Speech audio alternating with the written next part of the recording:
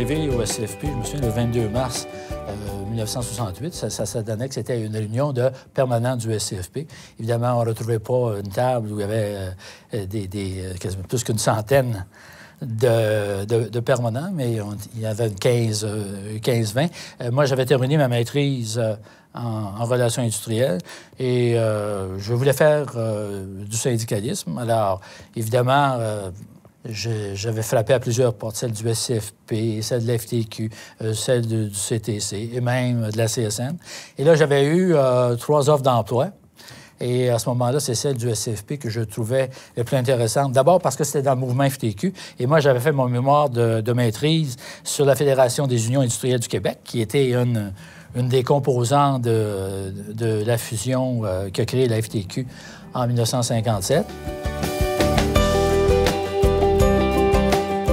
Structurellement, le Conseil du Québec avait une cotisation, un per capita, qui venait des cotisations de 40 cents par membre par mois. Ce 40 cents-là venait de la différence entre le per capita exigé par l'Union nationale des employés publics et l'Union nationale des emplois et des services publics. La très grande majorité des sections locales du SCFP, du nouveau SCFP à ce moment-là, était à l'UNESP, l'Union nationale des employés et des services publics. Alors, André Thibodeau, qui était le directeur du SCFP à ce moment-là, a suggéré, puis évidemment, les gens ont suivi, que ce 40 cents-là, au lieu de retourner à la section locale, on le conserve pour créer un fonds financier, un fonds, pour la création d'un Conseil du Québec, c'est pas juste qu'il y aurait une existence non pas uniquement statutaire, mais qui aurait une base financière pour ces opérations. Et à ce moment-là, ça leur permet, entre autres, de m'embaucher. Et par la suite, c'était devenu une tradition, du moins pendant moi, mes 10 ans au SCFP, c'était souvent une porte d'entrée pour des embauches d'employés temporaires, de conseillers syndicaux, de conseillères syndicales temporaires, qui, par la suite, soit retournaient dans leur section locale ou soit lorsque les budgets du SCFP national, pour utiliser le terme qu'on utilisait à l'époque, devenaient conseillers ou conseillères syndicales permanentes. Le Conseil du Québec du SCFP, qui avait un fonds financier, mais qui avait décidé d'embaucher quelqu'un sur une certaine coordination et constituer, si vous voulez, des regroupements sectoriels. Un regroupement pour l'hydro, un regroupement pour le secteur municipal, un regroupement pour le secteur hospitalier, un regroupement pour le secteur de la radio-télévision. Évidemment, on a donné beaucoup un sens politique au Front commun de 72, comme aux négociations du secteur public et parapublic. C'est sûr que dans le contexte dans lequel c'était, on a vu ça comme une lutte politique. C'est sûr qu'au départ, la négociation dans le secteur public et parapublic a une dimension d'abord politique avec un enjeu économique. Mais c'est pas parce que les gens sont nécessairement... Quand je dis les gens, je parle des instances syndicales, des membres, sont nécessairement plus politisés. C'est à cause de l'identité de l'employeur. Alors... des volumes qui ont été écrits pour dire que c'était un grand moment de la conscience de classe au Québec, de la lutte des classes. Moi, j'ai une interprétation beaucoup plus terre-à-terre. Écoutez, les gens se groupent ensemble, ont un front commun, non pas par idéologie politique, c'est parce qu'il y a une convergence d'intérêts. Et à partir du moment où il n'y a plus de convergence d'intérêts, bien, à ce moment-là, chacun retourne dans ses... moi, les fronts communs que j'ai faits ont commencé en front commun, mais les 2 fronts communs que j'ai faits, moi, en 72 et en 76, on a commencé en front commun, mais on a réglé séparément.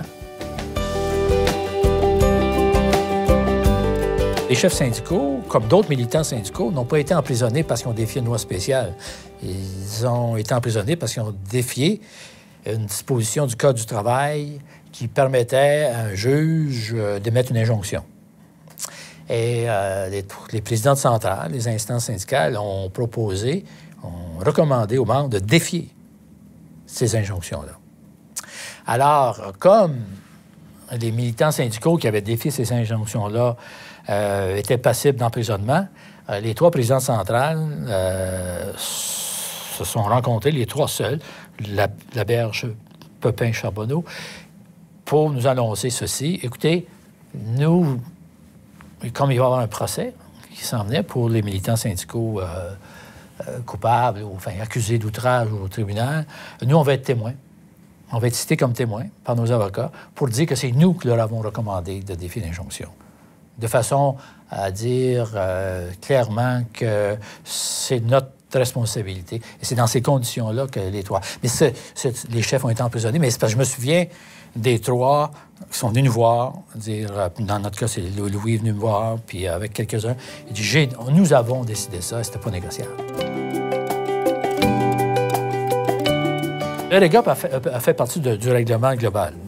Les employés du secteur public, en gros, n'avaient pas de vrai régime de prestation, à prestation déterminée.